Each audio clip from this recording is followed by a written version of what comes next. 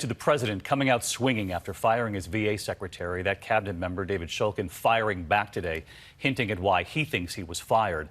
At the White House, meanwhile, another departure. President Trump bidding farewell to Hope Hicks, who resigned some time back. But tonight, it's the VA secretary and his new pick for the president, his doctor, to lead the VA, leading to new questions. ABC's Mary Bruce at the White House tonight. With a handshake and a kiss on the cheek, President Trump today bid farewell to the aide who's been with him the longest, Hope Hicks.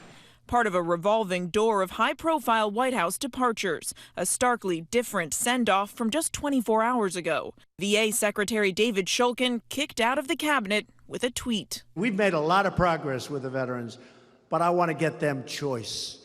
And they didn't give us choice. I have made some changes because I wasn't happy with the speed with which our veterans were taken care of. I wasn't happy with it. But tonight, Shulkin isn't going quietly. Writing in an op-ed, the environment in Washington has turned so toxic, chaotic, disrespectful. Adding this parting shot, it should not be this hard to serve your country. Shulkin says he was pushed out by forces in the department that want to privatize the VA. He had been on thin ice for weeks, accused of wasting taxpayer money on a $122,000 work trip to Europe, where he and his wife spent several days sightseeing.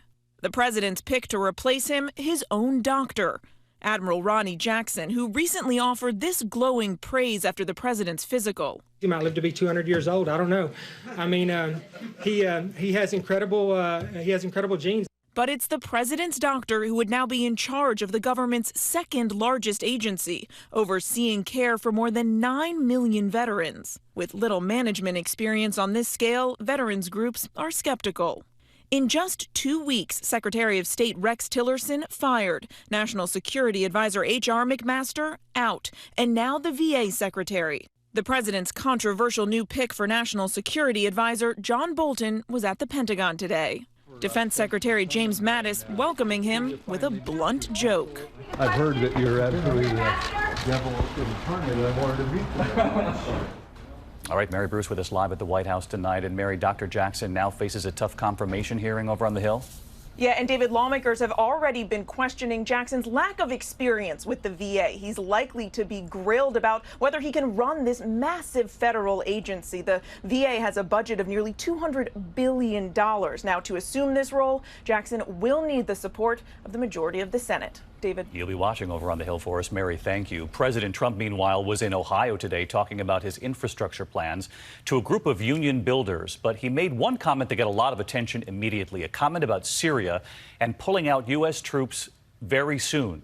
Just minutes later, the State Department back in Washington was asked about it. Even they seem caught by surprise. Take a look.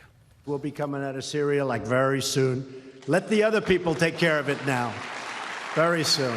Very soon. We're coming out. The president just said a few minutes ago that the U.S. is coming out of Syria very soon, and let other people take care of it. We're coming out. I can only say that as a general matter, and I have not seen the president's comments myself. I don't know the context in which his comments were said, but I can say that as a general matter, this administration looks to other countries to help out.